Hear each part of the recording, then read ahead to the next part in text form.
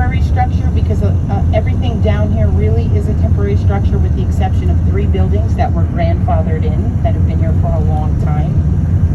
They do that to make sure they're protecting the flamingos in the sanctuary. They don't want a lot of headlight activity here at night or a lot of noise because that sanctuary is also where our flamingos nest. And we're talking about 3,000 to 4,000 Caribbean flamingos here that call Bonaire home. So they do all they can to kind of protect that. You'll be able to see those kite surfers too up close. We're happy that the wind has returned because this is really the first maybe 10 days that the kite surfers are back because the wind was very non-existent. So now about the history of the island. In 1500 AD, they know there were Indians here. No, actually, let me take that back. 1500 BC. They know there were Indians here because they found some remains and some different artifacts from the time period. And they are identified as the Kaykatillo Indians from the Arawak-speaking tribe from South America. Now, how did they get here? They think canoe, based upon the evidence they have. And Venezuela is just 50 miles off of our coast. And I'll show you the southernmost point once we get to it on our tour today. So knowing that Venezuela is just 50 miles away, you can imagine that these Indians traveled up here and found different places to live. And they also know they were here as long as 1100 AD. Today I've got my AD BCs confused. So that was 1500 BC all the way up to 1100 AD because there are Indian inscriptions on the northern end of our island where we have a lot of cave structures, and those Indian inscriptions have been dated back to that point. So the Indians we know were here for a very long period of time, and they continued even after 1100 AD. Now, this is a two-way road, by the way, in case you were wondering. But Rob is an expert. Thank you. I trust him enough to stand up. I don't stand up on all my tours, but I stand up on Rob's tour. Now, after the Indians, the next date of record is 1499. Can anybody guess what was going on in 14? Yep, the Spanish arrived in Bonaire around 1499.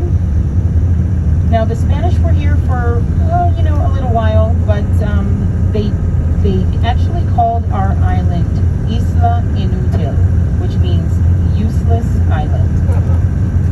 Why do you think so? Knowing what we know about the Spanish, what do you think? What were they always in search of? No gold. No gold, no silver. All we had was salt. Oh, wow, okay. So they stayed for a little while. The northern village of Rincon was founded in 1527, and that is the oldest village in continual existence in all of the Dutch Caribbean area here.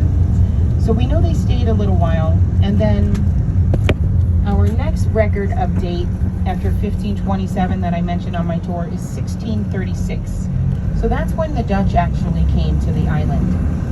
The Dutch were here, and they were actually in search of the salt industry because they were collecting their salt from Spain, but at the time they were at war with Spain in that region, and they could not get the salt they needed. Salt was very important during that time period. For those of you who might not know, salt was currency. Salt and salary have the same root word, salt, salary.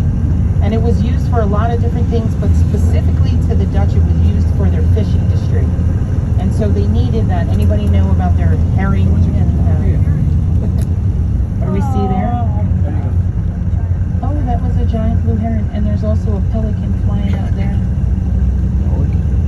This is Rob's Wildlife Nature Tour. Yes. So during that time, they needed salt. It was that important. So they sent out some explorers. They went to different islands. They checked out the tip of South America, from what I understand. And then they settled on Bonaire because when they came on shore, yep, we got a local fishing boat out there. When they came ashore, the Dutch came, it said, over by the modern day Salt Pier there, where I told you about the ships coming to collect the salt. natural salt area there. So they said, okay, this is our island, and now they needed someone to work. So they went over to Curacao, because Curacao was the slave hub. So they went over there and they bought slaves and brought them back to Bonaire to work. Now, the thing about the slaves in Curacao is they came via the Portuguese slave traders, and the Portuguese slave traders actually got the slaves from the Cape Verde Islands off the coast of Africa. The reason I talk about that is because, what are we looking at?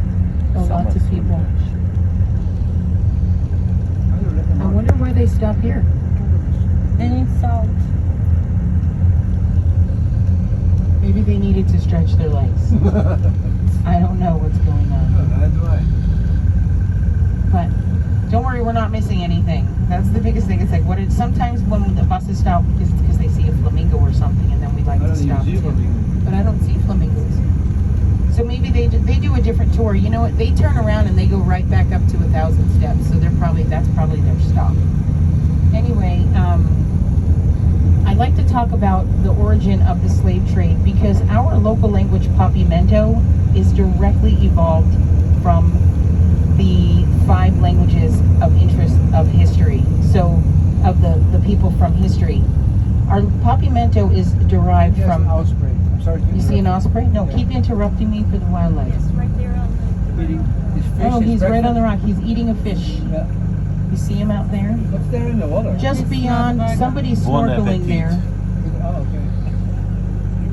It's on. It looks like it's on. He's on like a, yes, he's on a big piece of driftwood. Big osprey there eating a fish. And the orange things in the back, that species is known as human. And they're pretty brave snorkeling out here, but right now the water is not too rough. This water picks up and there are currents on here because as we approach the east coast, it's all open ocean. Lots of rough water and waves. Now the lakes to our left here almost look So that's a good observation. The pans here, the salinas as they're called, and you might see flamingos dotted throughout here. These are all part of either the original salt pans or part of that water that flows through that natural inlet to eventually flood Cargill into the condensing ponds. Some of these ponds are simply full because we've had so much rain, and they will dry.